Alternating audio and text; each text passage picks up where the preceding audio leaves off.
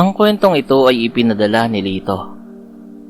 Nangyari ito taong 1900, 1978 sa probinsya ng Mindoro.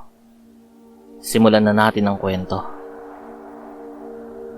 Magandang araw po, Sir Captain Kokak. Nawa ay itago nyo na lang po ako sa pangalang Lito. Idol ko po kasi si Lito Lapid, tsaka para poging pakinggan. Mahigit 1 taon na po akong nakikinig sa inyo. Nagagalingan at naaaliw po kasi ako sa pagkukwento nyo. Talagang nai-imagine ko ang bawat aksyon. Tapos, bigla kayong magpapatawa sa kalagitnaan ng bakbakan. Kaya naman talagang nawawala ang pagkabagot ko kapag nakikinig sa inyo. Medyo nalungkot nga ako noong mga panahon na hindi na kayo nakakapag-upload ng kwento. Kaya sana ay dalasan nyo na ulit ang pagbabahagi. Ang kwento pong aking ibabahagi ay nangyari sa probinsya namin sa Mindoro. Hindi ko na lang po babanggitin ang eksaktong lugar. Baka po kasi may magalit o masaktan kahit matagal na naman yung nangyari. Noon pang taong 1998. Sa mga panahon pong yan, Captain Kokak, ay talagang masaya ang pamilya ko. Kahit solong anak lang po ako ni nanay at tatay, ay talagang ramdam ko ang pagmamahal namin sa isa't isa. Ang tatay ko ay napakasipag sa pagtatanim ng kung ano-anong klaseng gulay at prutas. Ang nanay ko naman ay tumutulong kay tatay sa pagtitinda ng mga yon. Kung baga, masasabi ko na ang pamilyang mayroon ako ay maipagmamalaki at maaaring kainggitan ng iba. Subalit pagtungtong ko ng 12 taong gulang ay roon na nagkandaletse-letse ang lahat. Paano ba naman kasi ay nahuli ni nanay na mayroong babae si tatay? Pero kahit nahuli na, talagang itinatanggi ni tatay ang ginagawa niyang kagaguhan sa nanay ko. Paulit-ulit itong sinasabi na wala raw siyang babae. Pero kalat na sa buong baryo na mayroon nga. Pati ang pangalan ng babae ay kalat na rin. Ang pangalan daw nito ay Madonna. Isa itong byuda. Patay na ang asawa nito at walang anak. May mga mangilan-ngilan pa ngang mga kabaryo namin ang nagpatotoo na may ginagawang kababalaghan ng tatay ko at ang kabit nito sa taniman sa bundok. 3 oras ang layo mula sa baryo namin. Kitang-kita raw nila.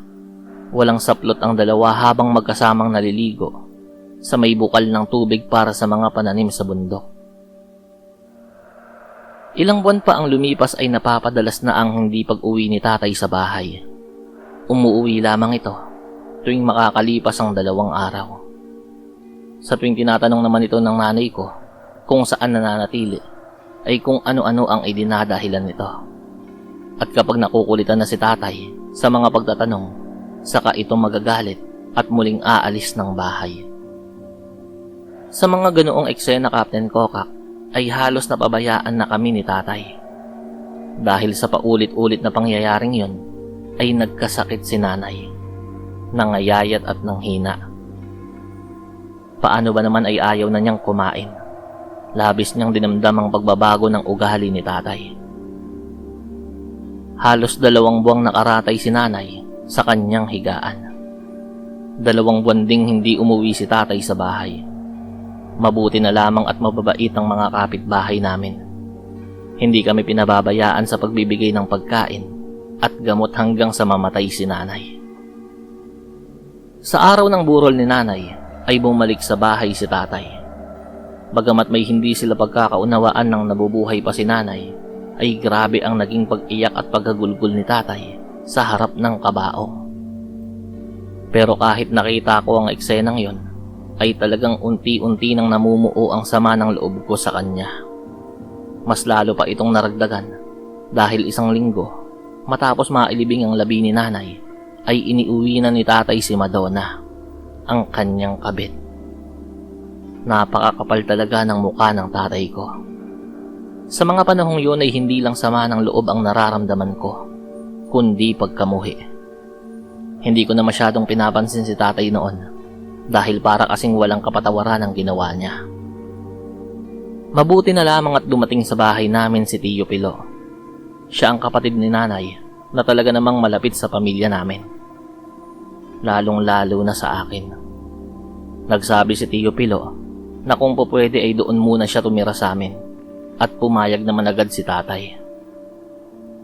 Masayahin si Tio Pilo, subalit napansin ko ang malaking ipinagbago sa kanyang ugali at pagkilos. Palagi na itong seryoso, hindi gaya noon na palaging naangiti. Paminsan-minsan naman ay hiningitian ako nito at hinihimas ang buhok ko. Sinasabing hindi raw tama ang pagkamatay ni nanay at dapat daw ay mayroong managot. Sa pagkakasambit na yun ni Tio Pilo ay nakumpirma ko na katulad ko ay galit din siya kay tatay. Isa pa sa napansin ko kay Tio ay palagi itong masama kung makatingin kay tatay at sa kabit nitong si Madonna. Tapos ay mayat maya ang pagpupunas nito sa kanyang bibig. Hindi ko mawari kung pawis o laway ba ang madalas niyang punasan. Hindi rin nakalampas sa aking pansin ang masangsang na amoy nito. Kahit bagong paligo si Tio, ay napakatindi ng amoy niya na parang magkahalong anghit at patay na daga. Ilang araw ang nakalipas ay napansin ko ang pagiging malapit ni Tio Pilo at ni Madonna. Nagkunwari na lang akong hindi napapansin ang mga bagay na yon, lalo na kapag umaakyat ang bundok si tatay para magtanim. Sa mga oras na yun ko nakikitang magkaakbay at nagyayakapan si Tio Pilo at Madonna. Sa totoo lang ay nakaramdam din ako ng sama ng loob kay Tio Pilo dahil pati siya ay naipaglapit sa babaeng dahilan kung bakit namatay ang nanay ko. Subalit isang araw ay may sinabi sa akin si Tio. Ipaghihiganti niya raw ang nanay ko na siyang kapatid niya, habang naangiting hinihimas ang aking buhok. Nang kinagabihan nga ng araw na yon, ay inaya ni Tio si tatay na uminom ng lambanog. Malakas uminom si tatay, subalit katakataka na ang bilis nitong malasing at makatulog sa lamesa ng gabing yon. Nang masiguro ni Tio na tulog na si tatay, ay tinawag nito si Madonna mula sa aming kubo at hinila sa kasukalan. Nakatago lang ako sa kwarto ko noon, pero dahil sa kuryosidad ay sinundan ko sila. Mga 20 minuto silang naglakad at 20 minuto ko rin silang sinundan habang nagtatago sa mga puno at bato. Nang bigla ay naghalikan si Tio at Madonna. Mas pinagbuti ko pa ang pagkukubli sa likod ng malaking puno. Lalabas na sana ako dahil gusto kong sigawan si Madonna. Subalit laking gulat ko nang may nangyaring kakaiba kay Tio. Lumaki ang katawan nito at umitim ang balat. Humaba ang kanyang mga kuko at ang mukha niya ay humaba rin ng uso. Pero mapapansin kamukha pa rin siya ni Tio Pilo. Kitang-kita ko ng sunod-sunod na hampasin ni Tio ng kanyang kamay ang mukha ni Madonna hanggang sa hindi na ito makasigaw.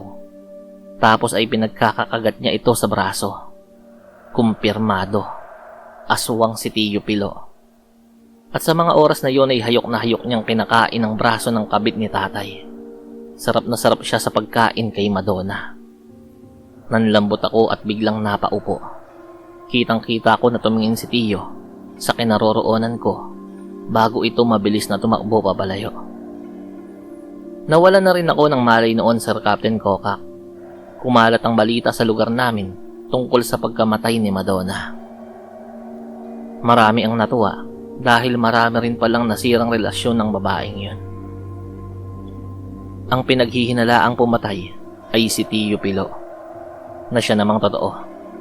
Hanggang ngayon ay hindi pa rin siya nahuhuli at hindi namin alam kung saan siya nagtatago. Si tatay naman ay nakapag-asawang muli. Mabait na ang napangasawa niya at nakakasundo ko. Itinuring akong tunay na anak at unti-unti ring nawala ang galit ko kay tatay.